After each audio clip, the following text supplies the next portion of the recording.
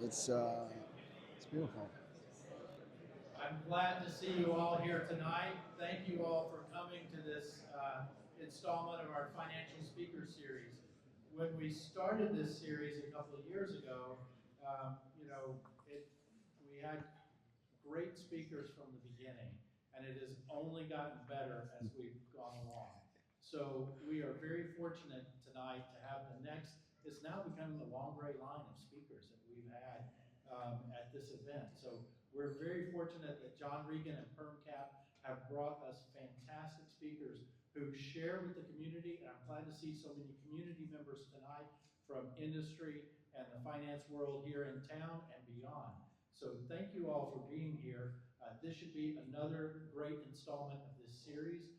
I am Michael Weeks. I'm Dean of the Baker School of Business here. We've got lots of cadets here. Glad to see the cadets. This is a great learning experience for them. They get to see practitioners in the wild, if you will, and hear from their experiences that complements their degree program here at the Citadel.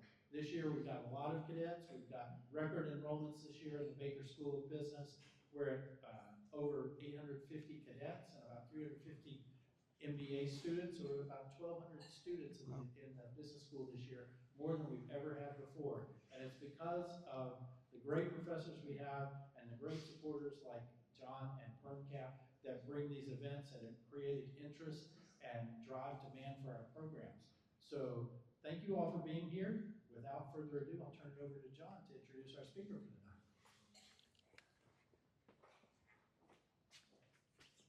Thanks everyone for joining us tonight, and it's been a pretty successful start. We have worked very hard to bring some good speakers to the Charleston area and to the Citadel. Why are we here? We're here because we want to elevate the Citadel's profile with New York institutional Wall Street, not just New York, but institutional Wall Street, and we're also here to try to illuminate a path for internships for the cadets if they choose to go towards finance. And so we've successfully secured a number of internships for cadets that are interested in pursuing that. And then we've also, now we've got onto our 5th installment. So we kind of faced a difficult challenge this time of, who do you follow up Scott Bessent and Bill Ackman with? And so, what I did was I decided to take advantage of my alumni network and to bring a jumbo down here to the Citadel. So there are a number of jumbos in the room tonight. And what is a jumbo? The jumbo is actually the mascot that Tufts is really not known for business. There are actually only 2 significant business people from Tufts, and that is P.T. Barnum, who was our first trustee, and Jamie Dimon. We don't have a business school. We graduate lawyers, doctors, geneticists, and a few business people. So what I did was I reached for Steve Shenfeld, who is not only a jumbo, but a double jumbo, because his father went to Tufts as well.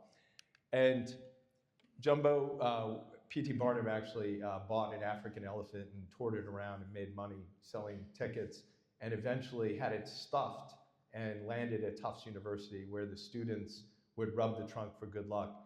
And Steve was class of 1980, I was class of 90. Steve actually is old enough to have taken this photo. But the real reason Steve is here is that the credit markets are getting really interesting. We've had pretty easy credit for a long time. We're beginning to see some interesting headlines and cracks in the credit market over the last 2 or 3 weeks with First Brands and some of the other things we see happening. Steve is the chairman of a $9 billion credit complex, and he's the chairman of MidOcean Partners. MidOcean manages roughly about $12 billion in both private equity and credit. He has had every job on Wall Street, starting with the Salomon Brothers training program, which was legendary. And he went up the ranks. He has now led MidOcean for a number of years, and we've done business with him for the last 10 years. Steve has a degree from Tufts and also an MBA from the Ross School, University of Michigan. After Michigan, his MBA, he joined the famed Salomon Brothers training program, which I assume all the cadets have read Liar's Poker. If not, please read it before you come to the next Citadel gathering. And so that was the book that made me want to go to Wall Street. Steve actually was in the program and lived some of those stories that were in the book. He's had a number of jobs on Wall Street before MidOcean. He was a founder of MD SAS and Macquarie Financial Strategies, which was a private equity fund focused on seeding. He was a general partner with Avenue Capital. He also spent a long career on the sell side at Robertson Stephens Bankers Trust and Salomon Brothers. At Bankers Trust, Steve was actually the head of global finance, sales and trading. He is a New York resident. He has become a close confidant of our firm, and we're very interested to hear what he has to say. And thank you for being the sacrificial lamb to come down here and bring credit to the stage. Thanks, Steve.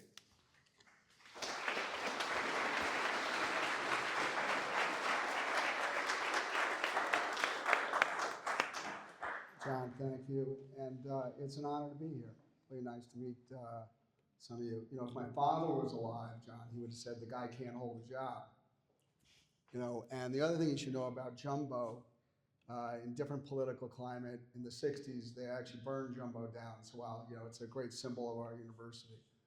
What I hope to do today a little bit is kind of cover a lot of different areas. One is to kind of give you guys a sense of things that I've learned along the way that I think you could apply to, you know, the world of finance specifically, if you pursue that, and maybe just lessons in life. And then later in the program, we'll get into the marketplace, talk a little bit about what's going on in the credit markets particularly, and how the industry's changing. So I hope, you know, we'll cover a bunch of different topics, but, you know, and I have a great relationship and respect for John's firm, what he's built, and he's building in the Charleston community. It's a beautiful city. So, you know, one of the messages I want to tell you that maybe is misunderstood about Wall Street is you can come from nowhere, and I literally did. You know, I grew up in a town where in my graduating class, the boys generally went into the fire department, the police department, and they went either to junior college or to military. So I didn't grow up with some guy saying, hey, I want to be a stockbroker one day. That wasn't part of the world. In fact, my father never owned a stock in his life. So this is foreign to me. I went to Tufts, not because I was a world-class student, but because my father had played basketball there, and I went to play basketball there. So I was kind of following in the old man's footsteps. And when I was in college, he went bankrupt. So the good news of that, and one of the things I want to share with you guys today is often opportunity comes when things are difficult in your life, in the industry you're in. And so even at the darkest moments, there's usually a great opportunity lurking if you kind of see past it. So my father's bankrupt. The good news part of that was that I was able to access financial aid and scholarships. And even though most business schools wanted you to, you know, work a few years, Michigan, which I had never been to, I hadn't seen the campus other than I was a college football fan. They offered me some money, and I went straight there. I was actually the youngest person in the business school. And so when it came time to figure out what to do with this MBA, I took finance for no particular reason. And when it came time to figure out what to do, and maybe John during the interview will get into kind of how I actually made way. But I made my way to Salomon Brothers, which we can talk about, and I joined the training program. Now, you have to understand, what's interesting about the Wall Street in the 80s, different than today, is it really didn't matter where you came from. And what do I mean by that, right? So you guys might be sitting here today, say, I live in South Carolina, I'm at a military institution. Why would Goldman Sachs care about me, right? And what's interesting about Salomon Brothers is that the people that started that firm, their family didn't work on Wall Street generally. My bosses at Salomon Brothers, one was a helicopter pilot who had fought in Vietnam. He had no formal training. And the other was a guy who worked in the back office. He had grown up in Jersey City. He got a job as a clerk, and he was my boss. And I had an MBA. I worked for a guy that didn't have a college degree. It was a culture. Nobody cared what your last name was. They didn't care where you grew up. They cared whether or not you could do the job. And so one of the things I've always loved about Wall Street is it's a very measurable profession. Everything's ranked. We can measure how you're doing, sales volume, investment performance. And so it's kind of a great equalizer, and it's a very democratic business. I got lucky in life. I was on the government bond desk, which is a very commoditized business. And one day someone at Salomon Brothers said, hey, we lost a couple of high yield bond traders, Drexel Burnham, which was the dominant firm in the 80s. They said, we need someone 24 to sit over there and just fill a seat. That was 40 years ago.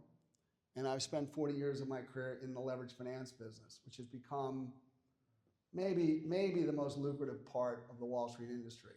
I didn't choose it. It sort of chose me. So humbly, I got lucky.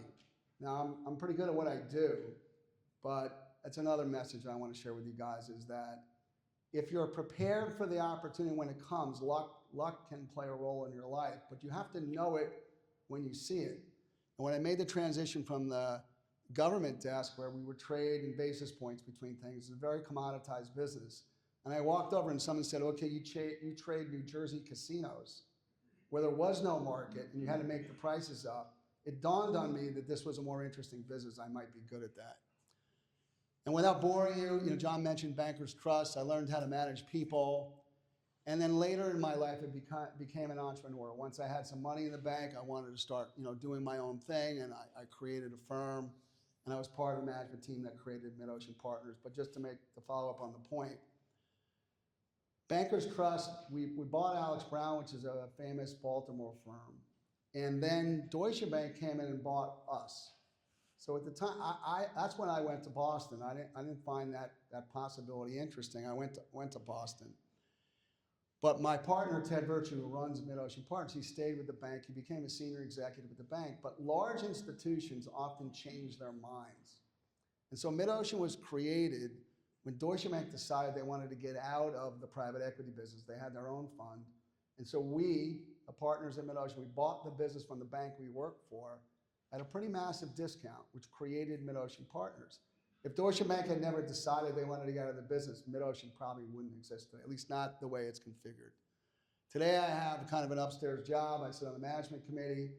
I met someone who's friends with Eric Oken. He's the chairman of our private equity business. So, today we're an accomplished firm. We've been around for 22 years. We manage $12 billion. I know that sounds like a lot of money. It's not. The people we compete against manage money in the trillions. And so, we'll talk about that a little bit maybe during the interview section, but I've lived through the industrialization of Wall Street, and there's some things about it that are terrific, and there's other things about it that I would say are cautionary. So anyway, that's enough about me. A couple of things I want to share with you guys, particularly, the cadets. These are things I learned on Wall Street. These are Wall Street sayings, but I think they can apply to a lot of things. You guys know this, kind of where you're going to school. In the days I started, we used to write the trades down on a piece of paper. That was the record. So if you were on the phone with someone if Salomon Brothers was trading with Goldman Sachs, and I told John Regan that I would buy 10 million of such and such a bond at a price, the only record of that was John's memory of what I just had told him and what I just had said. And if the word got out of the industry that I told John I would pay X, and I reneged, you were done. So it was an honor code, which is something you guys can relate to. And in a lot of ways, it's amazing that billions of dollars traded every day just based on the word of the person on the other phone. So your word is your bond. Now you have to ask for the order. What does that mean? It means you're going to be in situations, you guys are all very polite, and I respect it. But if you want something, you're going to have to ask for it.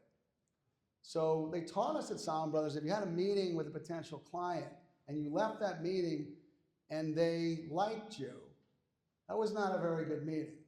You went there with a particular purpose saying, we wanted you to give us the underwriting on this bond. We wanted you to become a more active trader with us. We wanted you to invest in some fund we were in.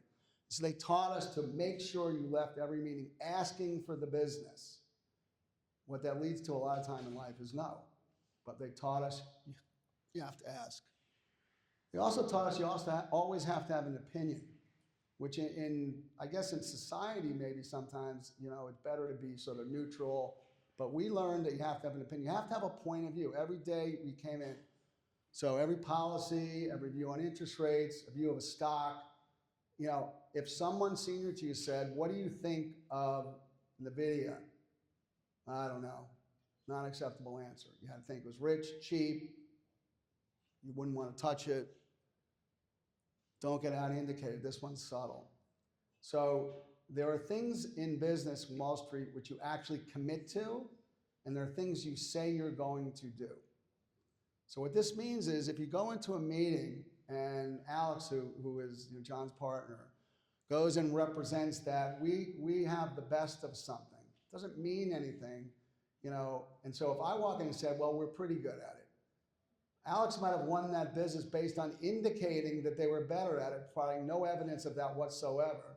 But because I was sheepish, I left and he's now one step ahead of me. So don't get out indicated. The proof will be in who shows up with what when it's firm. The market is the boss.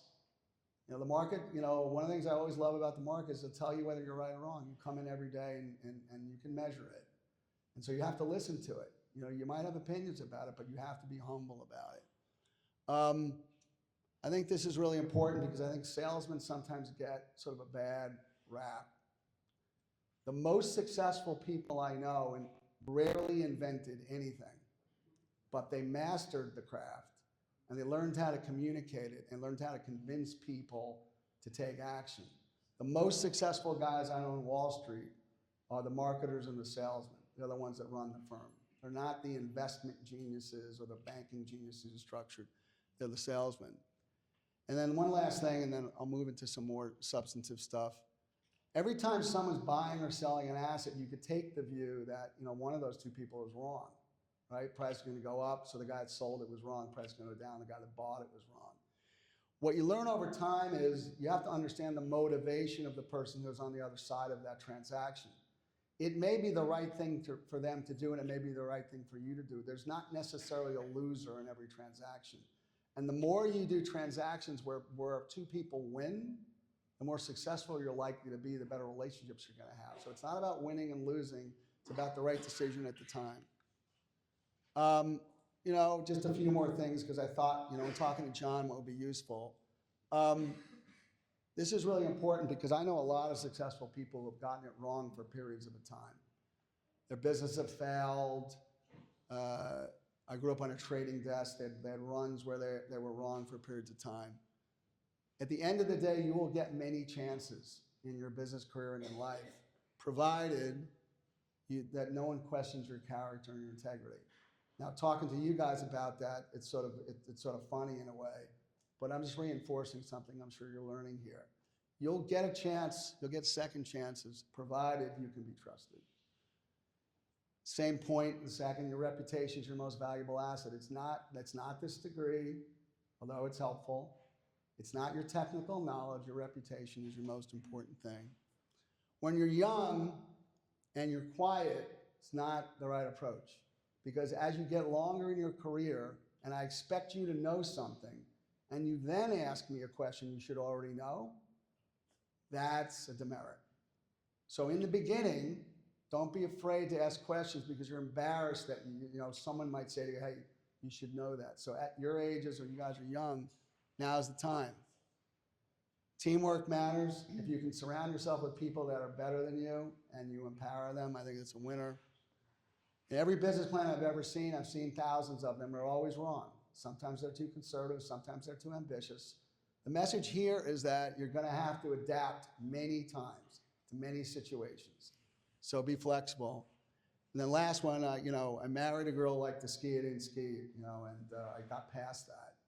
But the only way you learn how to ski is you have to be willing to fall, and this is a way of thinking about risk. If you're never falling, you're not taking enough risk. You have to fall. Obviously, you don't want to hit a tree going full speed, then that's too much risk. But anyway. So just a little bit on the capital markets, get into kind of the substance of it. What's going on right now as we sit here? There's one man's view, but I think this reflects probably a lot of consensus. The valuations in the equity markets, they're kind of rich. If you look at historical standards, I make my living in the credit market, so we measure this often in terms of spreads. Treasury market's kind of the risk-free rate. And so there's a spread over treasuries that instruments trade at. They're both expensive right now.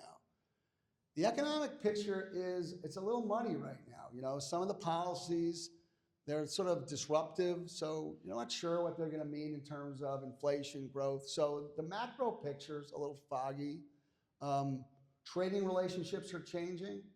I was telling someone today that, I'd never been to Charleston, but I'd been to Dubai. If you told me that at 40, I would have been to Dubai multiple times, never been to Charleston, I wouldn't have believed it. But it's where the business is. There's actually a shortage of assets. One of the reasons the markets are trading where they are, your basic economic supply demand. When we manage money, we actually have a hard time finding things to put investments in, and that drives the price up a bit. Gold is interesting. PermCap's been very successful putting their clients into gold. I'm not a gold investor. But the signal it sends to me is people are uncomfortable with the traditional sense of risk. The dollar as the reserve currency in the world is not a given at this point. And that's troubling for US capital markets in the future. I think we're gonna be okay, but the price of gold to me is reflective of sort of an uneasiness in the markets. It's an unusual asset. We don't use it for many things. And I live in the private markets, which most of you guys are probably totally unfamiliar with. So the private markets are growing much faster than the public markets. So when we think about where to invest, we're generally investing in companies you've never heard of. They're owned by individuals and families or divisions of corporations. We're making loans to companies you never heard of, and to access these markets, you kind of do it through various partnerships. But I make my living in the private markets, not in the markets that you'll see on a financial show every day. Now, there's just an indication that things are a little expensive, right? That's just a chart which adjusts for price earnings multiples. You guys may have studied some of that. Just a way of determining valuation. You can see we're kind of at a point where we're not at all-time highs, but we're close. This is adjusted for cycles. The S&P's trading in the low 20s.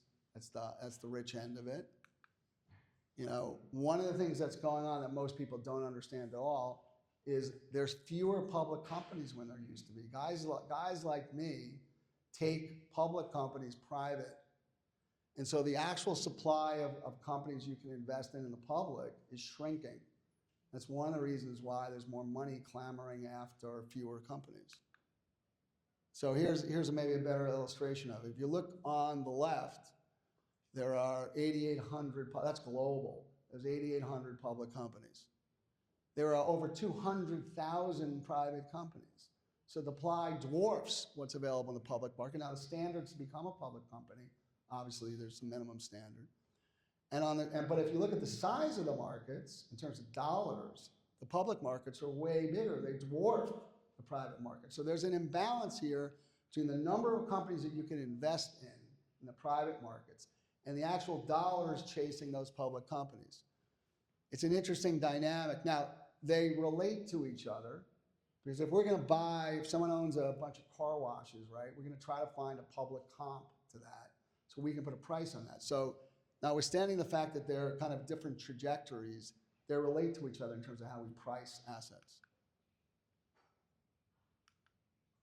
Now, if you think about a defined benefit as like your typical pension plan, so if you said, okay, what's the pie chart? What do they typically own?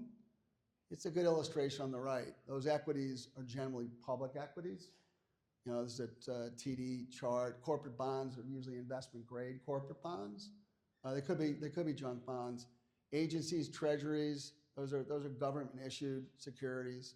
So you're looking at a portfolio. The other is the world I live in. It's the alternative asset world, it's the private asset world. So that's the smaller percentage of the pie. One of the things I'm going to predict is that's going to change over time. But your typical pension fund, that's sort of what their portfolios typically look like. Endowments different, they're more aggressive. Now, what's interesting about the private markets is if you look at this chart, it sort of suggests like the S&P 500, which you're all familiar with. It's basically from a valuation point of view, trading in the 96th percentile, which is saying it's almost at a peak. But if you go over and look at, let's say, private real estate, this chart's suggesting that it's in the lower section in terms of value.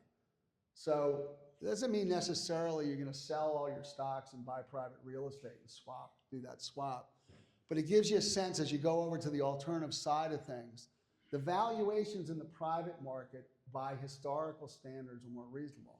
So if you were an investor who was value oriented and you looked at this chart and you bought into this data, you might be thinking, well, maybe I ought to think about putting more money into the private markets. Now you can see Japan, not quite the same case as the US, so forth. Let's talk about the credit market. So spreads are near all-time highs. So a high yield bond, so let me explain to you guys what that is if you're unfamiliar with. Investment grade is a rating put on by the agencies. It's kind of a third party. So BBB and above, AAA would be the highest. The US is not AAA, US government is not AAA. You know, I don't know if you know that. So we're not the highest rated credit. There are corporations that actually have a higher credit rating than the US government, which is interesting because corporations can't print money. But the spreads in the credit markets where I live every day, they're actually near all-time tights. So if you owned a government bond and you bought an investment-grade corporate bond, you'd pick up about 70 basis points, not a lot.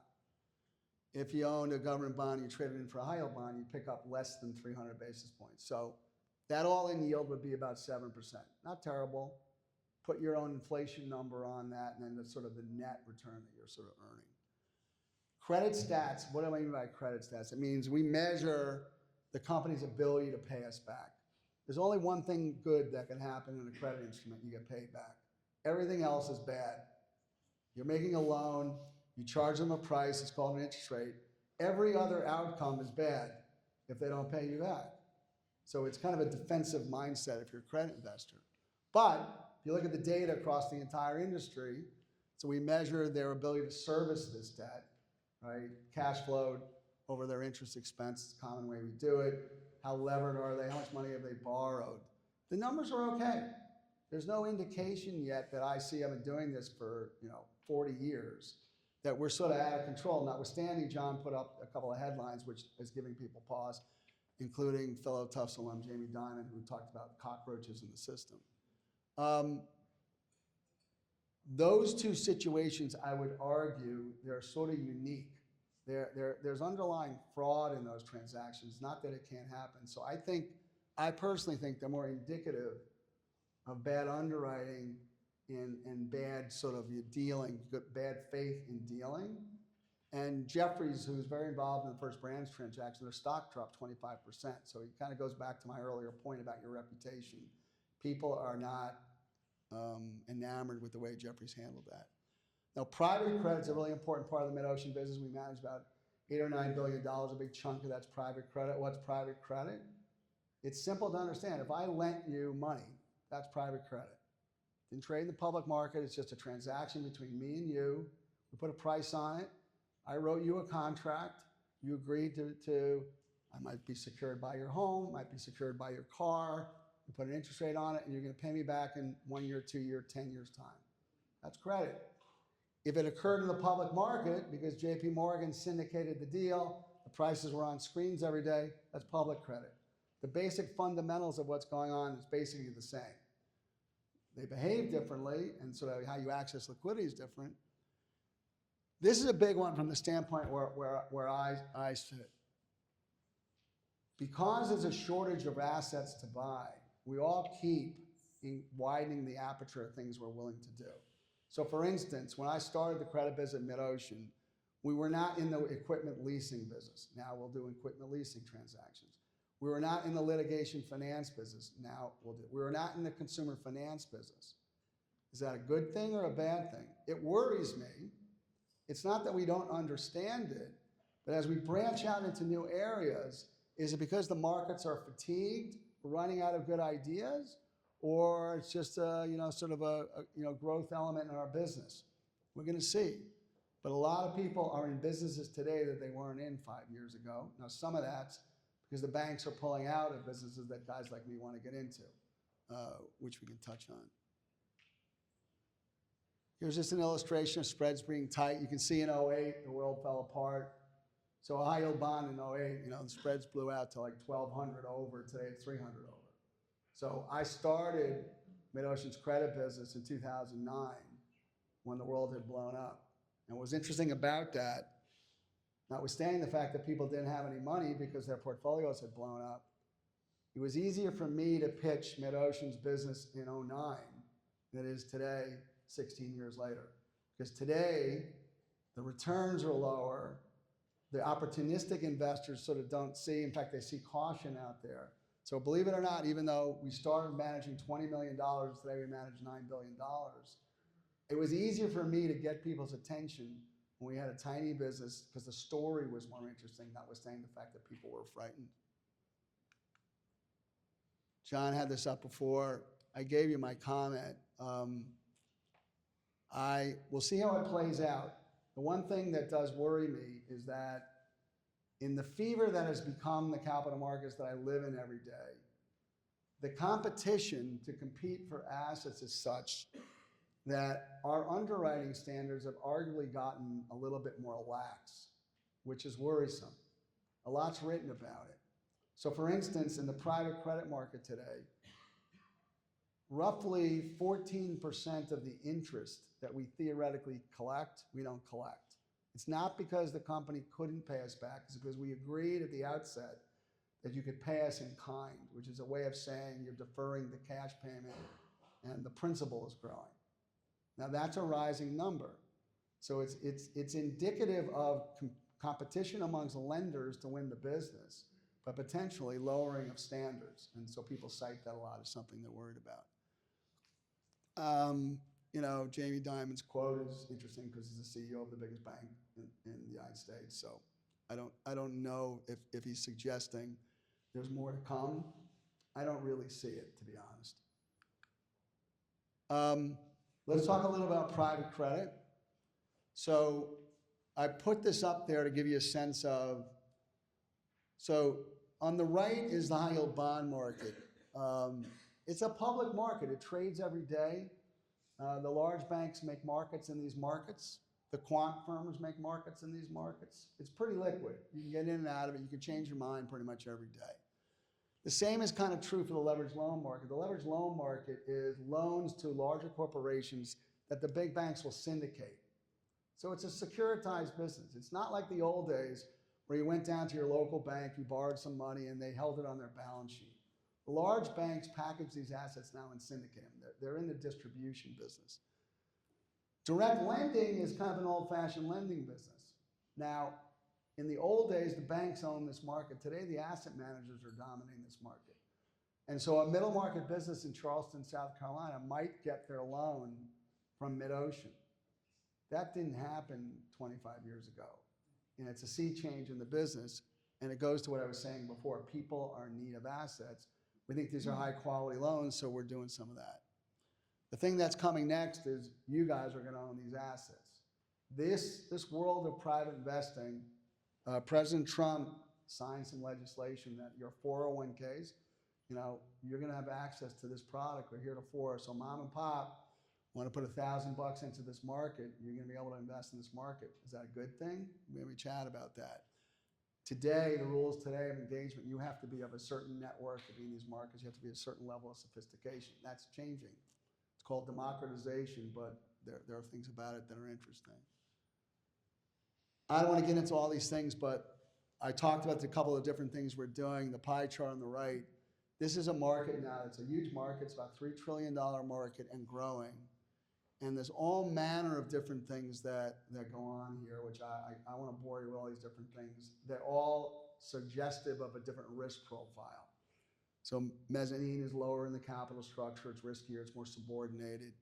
Senior debt, asset-based finance, asset-based finance means we're relying on the value of an asset, a building, inventory, equipment, relying on that to pay us back, because if the company doesn't pay us back, we're going to liquidate the asset. We're going to sell it in an auction. That's what asset-based finance is, simply put. Main Street and Wall Street are converging. It's one of the interesting things that's happening in the world. So, your Charleston company now is going to be able to get a loan from somebody they didn't hear of years ago called MidOcean And we may get it through, the money we invest is through partnerships that we've created that invest in these different assets. So it's a sea change. And believe it or not, the banks want us to be their partners. Rather than thinking of us as competitors, they don't want these assets on their balance sheet. They want to hold smaller pieces. They want to work with us. We have a relationship with Citibank. Citibank has commercial bankers all over the United States. They originate this stuff, so we don't have people calling on these companies. Citibank calls us up. We underwrite the loan. We participate in the thing. That's kind of how these things work now. What's interesting about all this, and gets a little bit detailed, so I hope it's not. So 5 of the largest lenders have public entities that you could invest in today via a stock. You'd actually buy the stock. Ares Capital Corp, Blackstone, you've probably heard of. Blue Owl, you might not have heard of. These are all public companies. The BDCs, they're basically pass-through vehicles that hold these middle market loans. So you've had this boom in the AUM, the assets that private credit manages. But look at what's happening with volume. You would think, okay, if they raised all this money, why is the volume that they're putting it out seemingly slowing? And it's kind of one of my key points I said in the beginning is there's less to do. There's less assets out there for us to accumulate. So the markets, in a way, aren't providing us. We have excess money to put out, and it's compressing returns, and it's loosening up some of the covenants we require. So it worries me a little bit, the technical part of the market. So we've got this trend, public-private markets. What is, just to give you guys a sense of how do people think about this? Why is this a good or bad thing? So the reason we like private markets is because they're inherently less efficient. And what that means is we think we can generate higher returns because they're less efficient. So we find them attractive because they're also harder to invest in and harder to originate, harder to trade. The common terminology, there's an illiquidity premium that exists in these markets. Now there's a downside to that, but we get paid, what we believe is for a given level of risk, because we're in the private markets, we're going to get paid an excess return to own what we think is the same risk that we could otherwise identify in the public markets. Okay? Harder to get out of, but we think we're getting paid to own it. Now the other thing which is more subtle about the private markets is the way the money is organized. Most of the money in the business that I'm in is organized in private partnerships, which generally are longer duration. And one of the things I've learned over times is people tend to sell at the wrong time. And so what these private partnerships tend to do, because they're contractual in nature, they compel you to stay in the investment. They compel you to stay in the trade. And what I've observed over time, that generally inures to the benefit of the person that's stuck in the trade, believe it or not. And so the liquidity, ironically, sometimes is the enemy of return. And because these are contractual relationships, if you're in a private partnership, you may have to find something else. You may have to sell your Microsoft stock to continue to fund your capital calls. You might not love to do that, but I've seen it. In 2008, I saw this study, all these funds got locked up. People couldn't get out. But a couple of the businesses blew up, and so they liquidated whatever price they could get. If the manager gated you and you couldn't get out, the returns from the date you were gated, which everybody was angry about, the John Regans of the world were not happy when their general partners called up and said, I know you want to get out. We could sell the secondary market at some huge discount. The funds that were gated outperformed the guys that let you out. So it's kind of part of the thing that I've learned over time. The nice thing about alternative assets, remember that chart I put up there, there's 200,000 companies? So if you want to diversify your portfolio, the private markets are an excellent way to do it. You can change the way you allocate capital. The other thing people seek is beta is kind of the market risk. And so in the private markets, you can offer lower that correlation. You want that because you might, as a way to play defense, you might not want as much market risk. What's the negative? There's no mark to market. You don't know what they're actually worth. What's a private loan worth unless it either pays me back or I have to sell it to somebody else? We have the responsibility, and we get criticized a lot. We value these assets ourselves. We use third parties. They don't know the assets generally as well as we know them. We're the ones that made the original loan. And so one of the criticisms that you'll read about, and it's fair criticism, is that, that net asset value, that price you're getting on your statement, could you liquidate those assets at their price? There's some question about whether or not that's a real price. So is it transparent? Is it liquid? The answer is not. Is it transparent? Semi. The fees are higher. One of the reasons we built MidOcean in the private markets is it's more lucrative. It's just as simple as that. We get paid incentive fees. So in other words, if you give us the money to put into a partnership, we get a fee to manage the money. So we make our living off the management fees. We make our incremental income off the incentive fees. And generally those incentive fees are a function of exceeding some benchmark which we negotiated with the partners. And so right now my younger partners, because we haven't sold a lot of businesses, they're not getting those incentive fees and their bonuses. So no tears for us. But the private equity side of our business is struggling now in terms of managing our own business because we're sitting on portfolios of assets that we can't sell at prices above our benchmark, so we're not selling. But the guys aren't getting paid. This hasn't been available to the average investor. That's going to change. I'll get into a little bit of where I think we're going. I think these markets are starting to converge a lot. A lot of Wall Street product types are designing products that are sort of hybrid in nature. What do I mean by that? Well, you guys are studying some accounting, so you understand the basics of asset liability, right? You've got the asset side and liability side. So these partnerships, the contracts, and when you can redeem, think of it as a liability.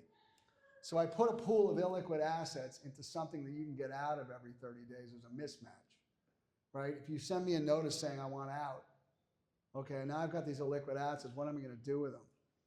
And so this movement and all the major asset managers from BlackRock on down are moving into this space aggressively. And the president's supportive of it because 401ks is a huge market, the retirement market's huge. What's going to happen is we're going to have these private partnerships, including private equity. They're going to be available to retail investors, and they're going to be structured in a way where perhaps they're structured in a way where you can get out prior to our ability to actually liquidate the assets. I think this is going to be a really bumpy initial chapter in the life of this thing, but it's not that it's not going to happen. It's happening. Now, the reason all this matters is because, generally speaking, over time, you can generate higher returns in the private markets. All the things I've talked about, it works. If you studied, there are negatives about this, but if you looked at the Yales and the Harvards, and people have been investing in the private markets for a very long time, they've outperformed other endowments. Why? Mostly, they've been in these private asset classes, buyout, venture capital, private debt. Now, I would argue when they started doing it, these industries were less competitive. So we're kind of at this interesting point where, because so much money is coming into the space, I'm not sure the future outcomes are going to resemble the past outcomes. We're going to have to see how that plays out. Where are we going? Private markets are going to grow. Today, if you added up all these different buckets, private equity, private debt, venture capital, real estate, secondaries, which is a business I like a lot, they're predicting that it's going to grow to be almost $24 trillion.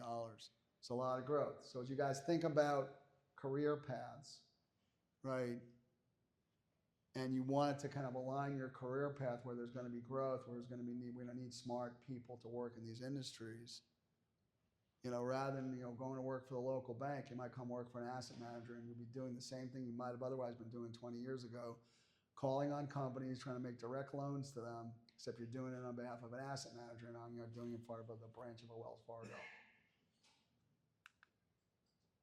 And I'll make some predictions. I'm sure I'll be wrong.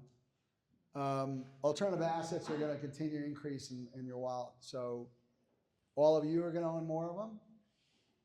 Your parents' pension funds are going to own more of them.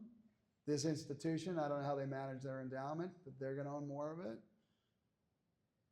Traditional assets, so think of your S&P 500, what's happening in those markets, way back in the day when I was your age, you could buy a mutual fund.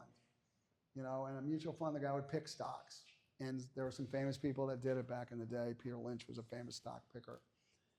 Today, because of quantitative finance and different things, there are lots of products now that replicate these things at very low fees. And so the challenge that people in those markets have is how do you beat an index an inexpensive index. And mutual funds, they're not dying, but they're shrinking. And part of the reason is they can't compete with these other synthetic products. Democratization. I think that's a very nice word for what I was talking about. The idea that we're bringing these products to mom and pop, to Main Street. It's a nice notion. I think there's going to be pitfalls. I think today these markets are largely unregulated. We're regulated by the SEC. We're a registered investment advisor. But I think what's coming, there's going to be some whoops in these markets, and they're going to get regulated, which may make them less interesting to operate in, but I think it's going to happen. AI is massive. You guys read about it every day, the amount of capital that's being spent on AI. It's transforming our business. The biggest risk I see you guys having in terms of a career path in this industry is you're going to have to compete with AI. You know, when I started my career, you're a young analyst came in, you ripped through financials, you built models. I can build those models today with AI. All our meetings are captured in notes, our deal sourcing, AI helps us with that, relationship management. To the extent you guys, you know, my generation, we're learning how to use these tools. To the extent you guys know how to use those tools on our behalf, it's an asset. You're still gonna have to know accounting and finance and the basic things. But the biggest challenge I see in terms of you guys and your career path is how might this complement or replace the things that young people used to do? It's a real issue. I think the U.S. is going to be fine. I think gold's had an incredible run. We have a lot of work to do to rebuild confidence in the U.S. currency. It's hurting. The dollar's been hammered. This is my own view of the world. It's kind of an old-fashioned view. Human capital on Wall Street is what these firms are kind of made of. A wise man once told me that the assets in a Wall Street firm kind of go up and down the elevator every day, although people work from home now, so unless they have elevators in the house, I guess that's not happening. But as technology disrupts the industry, the person-to-person relationships are going to be even more important because some of what we do is getting commoditized. And so while you're learning technical skills, the experiences you guys are having here in terms of learning how to be leaders, to interact with people who you didn't know before, how to get along with different people and build relationships, hugely important. I think it's going to be even more important in the future because it's going to be the human factor that distinguishes you from, you know, the bot solution that everybody's got. You know, it's, do I trust you? Do I like you? Are you there for me when I call you up and I have some problem I need to work through? So I have a kind of a counter view of the world is that human capital is going to be more important if you're good at it. If you're not good at it, problem. Now the industry is consolidating. The history of American business, most good businesses consolidate. We manage $12 billion. We're really small. I know it sounds like a lot of money, but we're competing against guys that are trillions of dollars. I have a very positive view of this. As the pools of money that you invest gets bigger, your ability to perform, meaning generate the return or the alpha that the clients want, it actually gets harder. So it gets easier to market the product. You walk in, you're the brand name, you're familiar. The decision maker on the other side of the table isn't going to get fired for having hired Blackstone. So from a marketing point of view, huge, huge advantage. From an investing point of view, my argument is actually a disadvantage. And so I think what's going to happen is the MidOceans of the world, the smaller firms, right now, day to day, we get our teeth kicked in occasionally on the marketing side of the business. But after a while, if we can demonstrate that at a given level of risk, we're actually generating higher returns, some of these bigger allocators, sovereign wealth funds, the big pension funds, the big endowments are going to go, you know, we're paying these guys a lot of money to generate these subpar returns. And these little guys, you know, they're outperforming them. Why won't we hire them? And I think what's going to happen, and I think the age you guys are, as this sort of comes back around, I would tell you, go start your careers at the big banks. Great place to learn, great resume builder. I think a lot of you guys are going to find your path to success building your own firms, smaller firms, because I think there's going to be a renaissance of smaller firms. All the industry pieces suggest that I'm wrong, that we're all going to go away. I disagree. I think there's going to be a lot of boutiques coming back because you just do the job. It's not that you can outmarket them, but you can outperform them. And I think there's going to be a great opportunity, but we're right in the middle of it right now. And that's basically it. I kind of covered a lot of stuff, but I hope in trying to share some sort of wisdom with you guys and just some things that are going to market, you got something out of it. I appreciate your time, and I think John and I are going to just have a conversation now.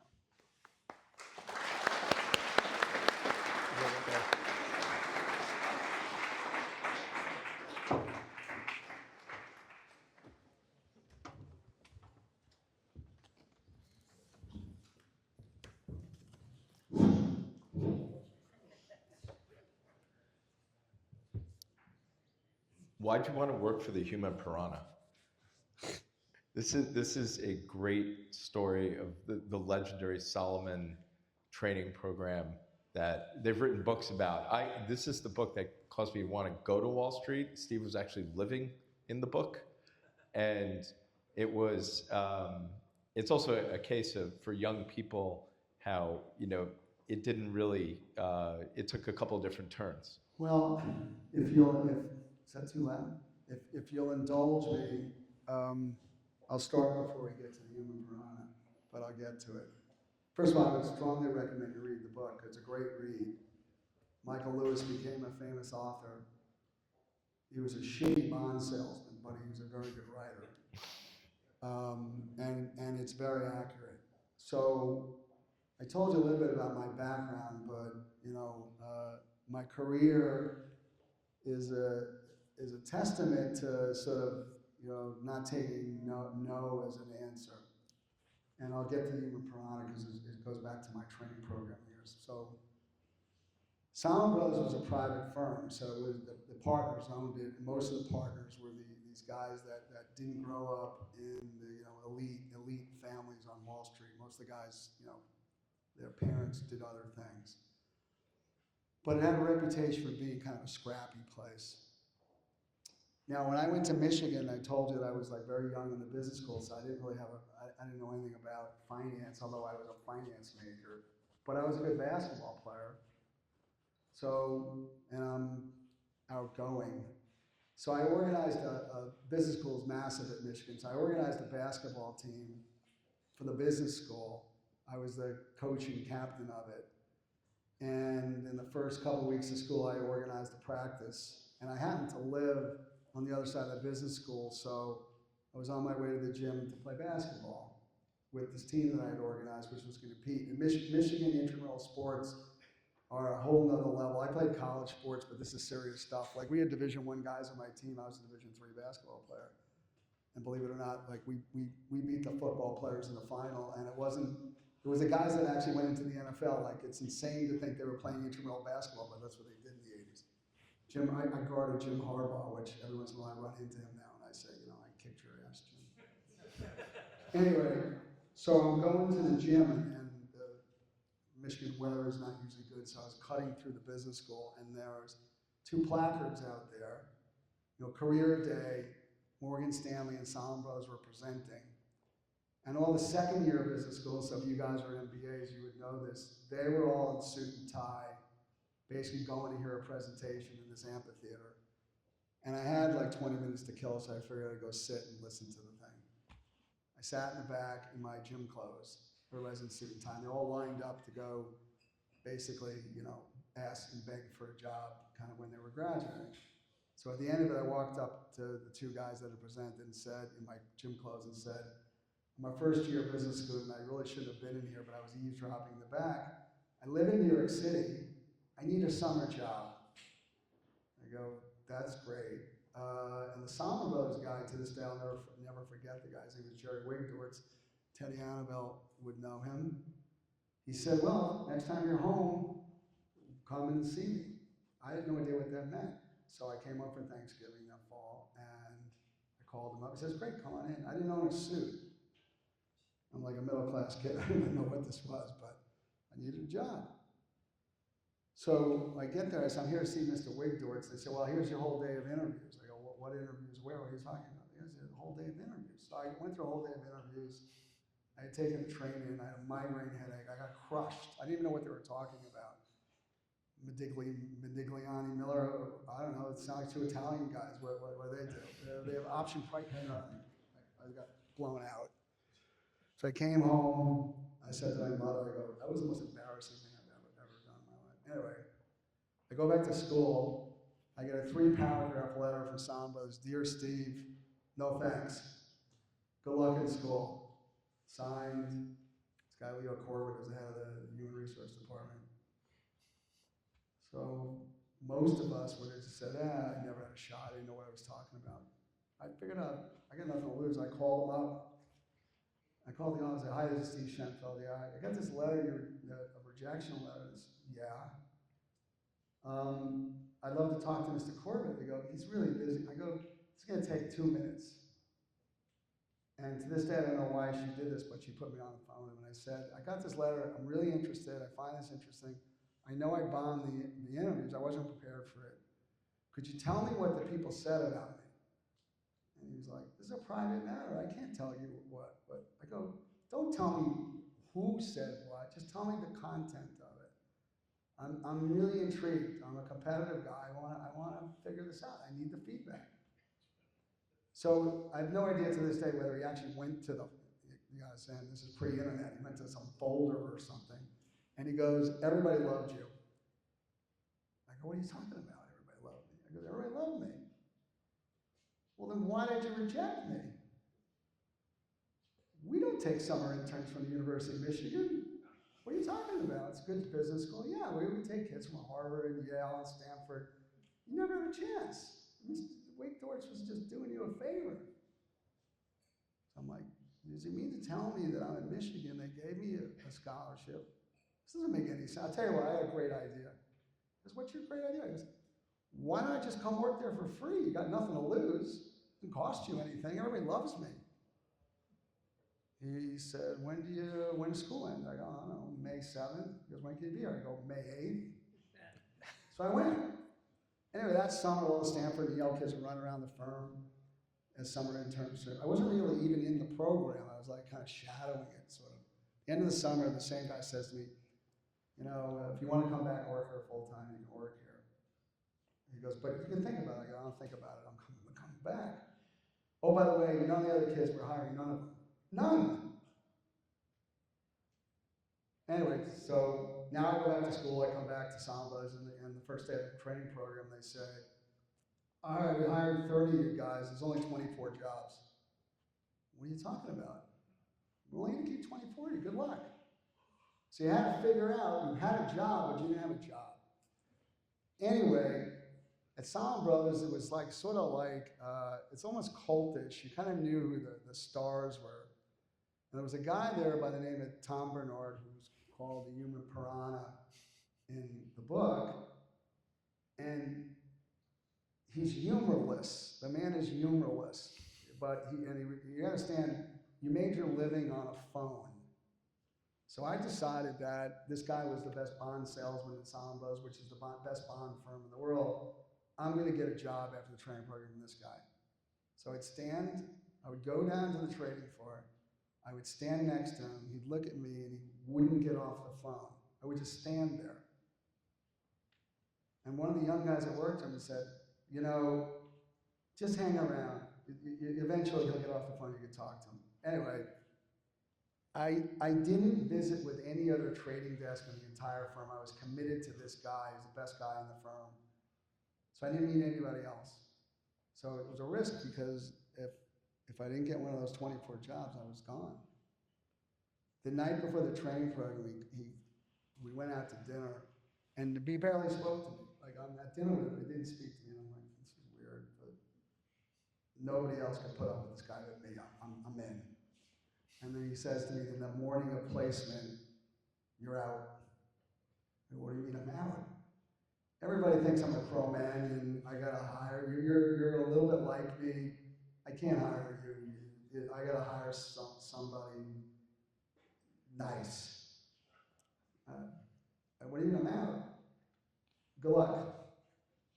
So I go back to the woman who was running the training room, and she goes, all right, we're putting you on the government bond desk. I never been there. Yeah, well, we're keeping you, but you're in a totally different department, you're not a salesman, you're a trader.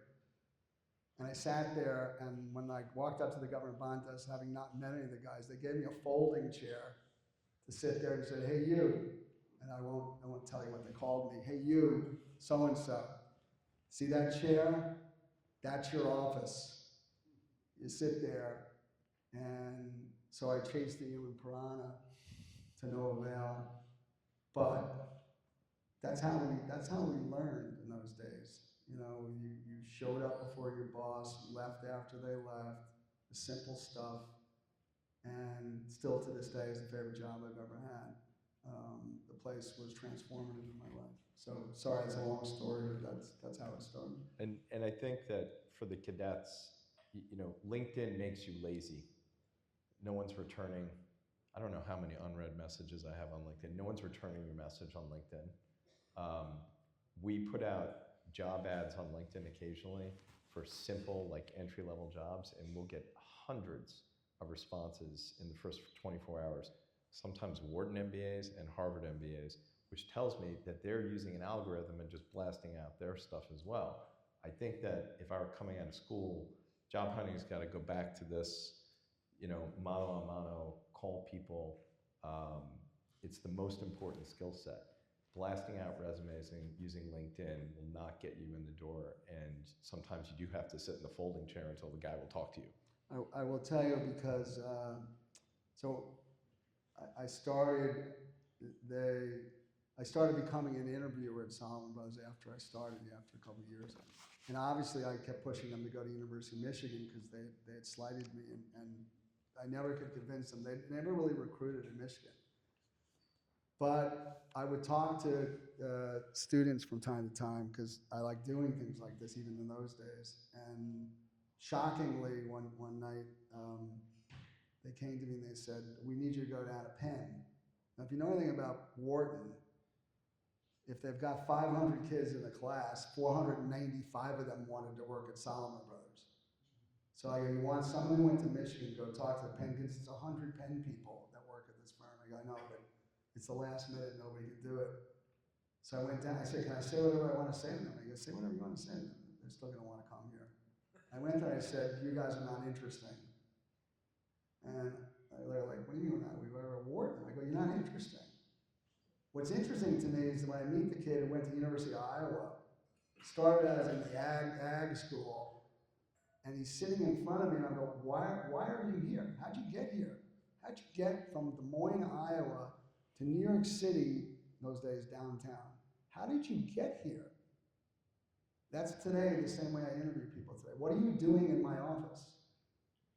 "My mom thought it'd be a good job." Not a good answer. Like, how'd you get to this point? And to John's point, that's not, you know, it's 2025, but it's very, you know, my start in 83. And I will tell you that if you can combine your common sense, the discipline you're learning here, a tenacity, but with a certain gracefulness about it, you know, anything's possible. I didn't think I'd have the career I had. Do you think school matters anymore? Especially given what's happened over the last 24 months. I think school matters. I don't know if a certain degree is quite as important as we make it out to be. I think I grew up a lot in school. I think the discipline, stretching your mind, and so I think there's a lot of value in that. But I was telling someone, we don't hire people from college. We are too small of firms. We let the big banks train them, and then we hire them there. I could care less where you went to college. I really could care less. And I don't think we're unique. Now, granted, there's a lot of smart kids at Stanford, MIT, and Harvard, and so they end up getting jobs. They're talented. But I care more about what's sort of inside. At least that's the way I hire. And if there's a lot inside, we can teach you. You'll learn it. It's not rocket science. Wall Street. I think people exaggerate how bright we are. I think we're resourceful, hungry. I think those are more important. Advice on being geographically flexible in your 20s and 30s. You know, look, it's a very personal decision. I moved my family to pursue career paths there are trade-offs. I'm not telling you it's right for you, but I would certainly consider it at different times in your life. I am not a work from home guy. I hate it. Not because it really makes that huge difference to me, but I hate it for your younger generation, because almost everything I learned was asking smart people like John Regan, who was sitting next to me, why he was doing what he was doing. It's gone working from home. It doesn't exist. So studying people that were good at it, at only, I can't get 30 minutes of his time, but I get 30 seconds of his time. And so when given a choice, whatever career path you take, I would encourage you to show up to that office. In fact, if the company that wants you doesn't have an office, I'd be suspect of it, because who are you going to learn from? You're going to learn sitting there in front of your laptop. I don't buy it. And I think there's other negative consequences that come from that, including loneliness and other things. So go into the office, develop your people skills. I had up on the slide, be a relationship king. How are you going to be a relationship king if you're sitting in your basement? Not going to happen. Just not. We've talked about one of the things you're really, really good at is long-term relationship and maintaining relationships over many, many years. Can you talk a little bit about that? And how do you accumulate those genuine relationships over long periods of time? Most of it's common sense. And I think finding a balance between short and long-term objectives. If every decision you make is based on how it impacts you in the next minute versus how it's going to impact you down the road, I think that's the wrong way to think about it. I have all the success, which I'm very proud of. None of it I did on my own. None of it. And enriching people you work with and then being enriched by them, I think, is a huge, huge positive. Increases the probability that you're going to succeed. So I think, I think when I started my career, people would say, it's kind of in the Michael Douglas Wall Street era, greed is good. The better version of that would be long-term greed is way better than short-term greed. In other words, the saying is you're going to build your wealth over time, and you never know who's going to come back into your life. And so there was a guy, I had to fire a guy, and in the meeting he told me he had cancer in the meeting. It was just an awful conversation. I felt terrible. But he was an underperformer. And I said to him in the meeting, I said, look, I got to make this decision. It's the right decision for the business, but you can call me anytime you want, because you're a good guy. I think you're capable. It just didn't work for you here. And we've been friends for 35 years, and thank God he's healthy. So even upon the firing of someone who worked for me and feeling horrible about it, we created a longevity in that relationship, which has been beneficial. So it's a personal story, but that'd be an example of what you're talking about. I think when we switch to Q&A, if we have any questions from the audience, and Amanda, Lucy. Please ask. It's a good safe place to ask. Amanda, you can take this.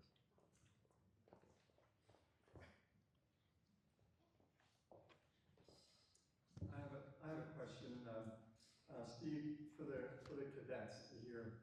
You said when you started working for Solomon, when you sit in the chair, you would show up before the boss and not leave until after. Can you elaborate on how many hours a week you put in working for Solomon? A lot.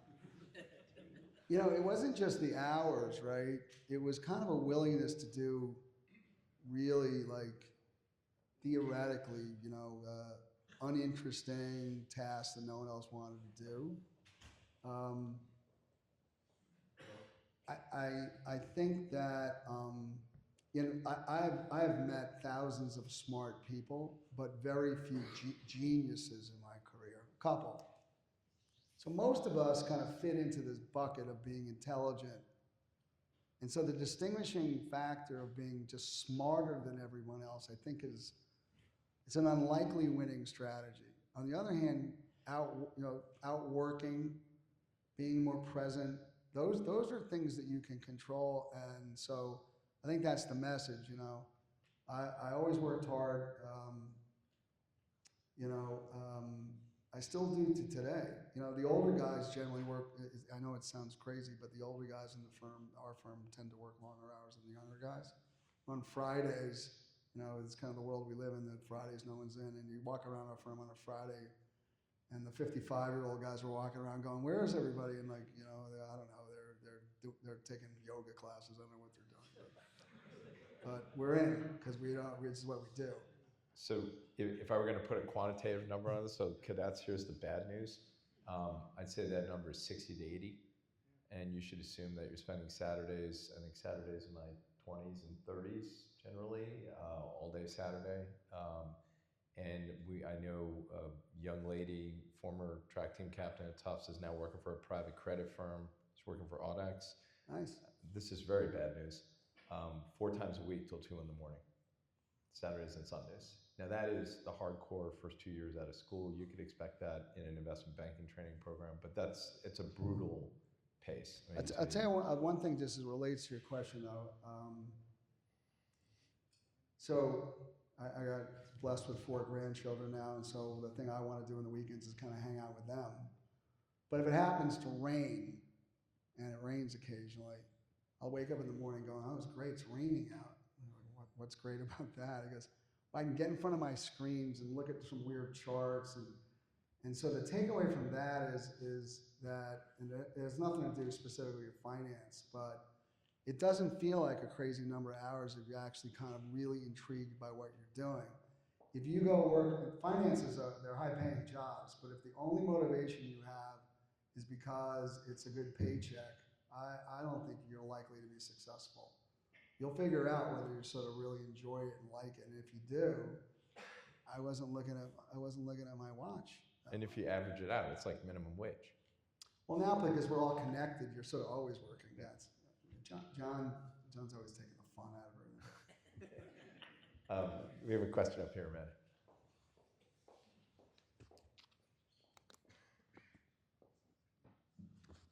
Hello, Steve. We watch TV every evening and we see, interest rates.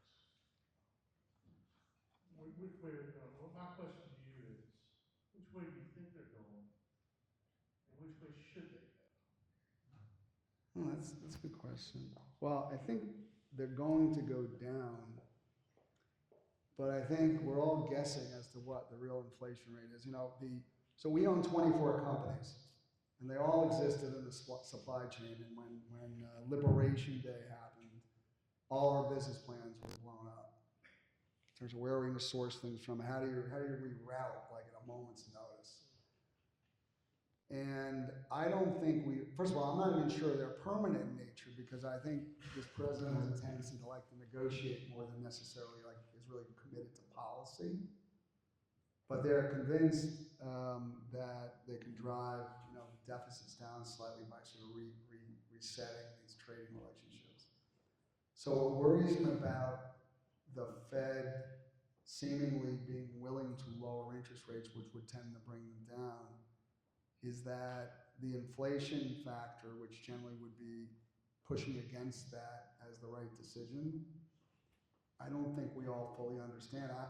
None of us grew up in markets where these kind of Trump for a minute, but these tariff policies, and we own businesses, and so we don't have total visibility into our costs. One of the things that's happened is companies have pulled forward things they're doing just to kind of avoid the problem. So I guess the answer to your question is I think they're going to go down. Should they? I think the better tell there will be the labor market. If the labor market weakens, then they should go down, because we need more people to work, and I think policy should, that is the dual mandate. It's not just to control interest rates, it's to control employment. And I'm a little worried nothing to do with the technology disruption that is going to happen and take some jobs away in the near term. Mandy, you got a question back there? Hey, Steve. Hey, Jane. How you doing? Good. Further on, your life obviously done a lot of great decisions over the years. What's the worst business decision you've ever made, and what did you learn from it? That's a great question. I've made so many bad ones.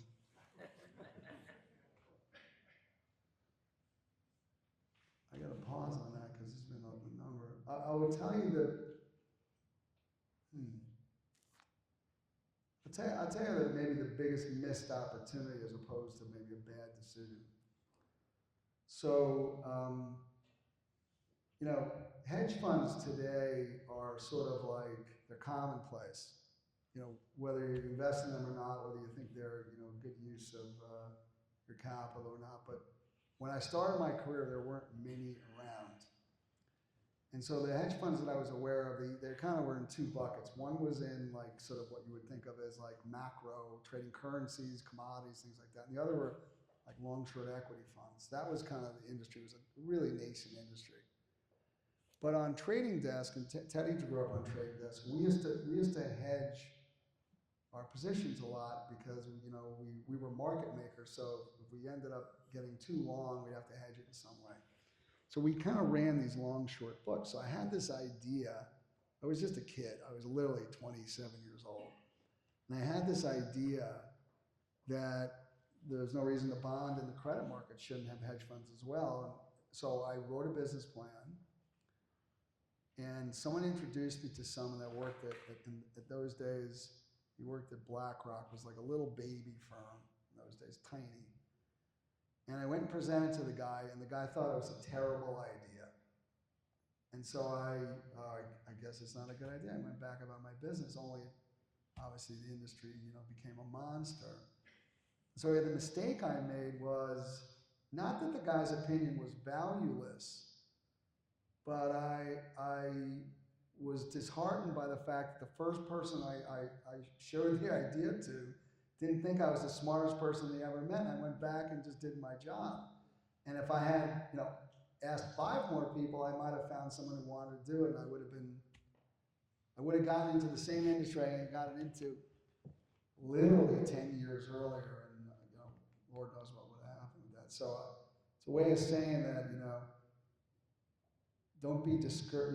You might have a good idea. Don't be discouraged just because the first time you bring it to someone, they sort of don't. You're not wowed by it. I guess that was the biggest mistake was listening to that person. I guess. And I think we got one more question in the back, Amanda. Sure. Thanks for coming and sharing with us tonight. You mentioned that there's too much money chasing 2Q deals right now, and that's a bit of an issue. But then you also mentioned that they're opening this whole thing up to retail. So then what happens if there's a flood of retail money, which of course the big guys, they're all about flooding the market with more money, marketing it out there. So now there's going to be just gobs of more money chasing the same number of deals. What then happens? Or do you even foresee that happening if they're opening it up to retail? You think that that's going to be a lot more money chasing those deals? Yeah, I mean, I think your premise is right. I think the supply-demand imbalance is likely to get worse. So even if you believe that First Brands and Tricolor are a trend, I would tell you I wouldn't bet against the credit markets. I wouldn't be short because there's a wave of money that's coming at it that's going to continue to bid up the market. I think you just have to accept the fact that returns just might be lower as a result of that. I don't see any systemic problems. The big banks are very healthy. I think the markets function incredibly well. This past week, you guys may be familiar with, you ever read the book, Liar's Poker's great, but you read Barbarians at the Gate. It's about the RJR Nabisco buyout. It's an interesting story. So that was the single biggest high yield bond deal ever done. That was in 1989. Last week, actually it's interesting, there's a company called TerraWolf, you can look it up, started by a friend of mine. He actually traded some, his name was Paul Prager. He was an Annapolis graduate, interesting guy. And they just did the second biggest bond deal ever, and it was for data. It was originally a crypto mining company that's now in the data business. And they did it was the biggest single matter. That's what it was. It was the biggest single matter. I mean, it was one bank. The whole thing was a $3 billion deal. There was $10 billion of demand for it. It's a company no one ever heard of 12 months ago. So it gives you a sense of how much money's out there. But the premise of your question, I agree with. There's a compression of return and spread that's coming, and I don't see the retail opportunity is too big for the big guys not to chase it. It's not a market MidOcean's likely to get into because the 401k market's going to be dangerous. They're going forward, and this administration is supportive, so I don't see anything that's going to stop it from happening. Well, I want to call it there. Thank you, Steve, for coming down and sharing the evening with us. And why don't we thank Steve for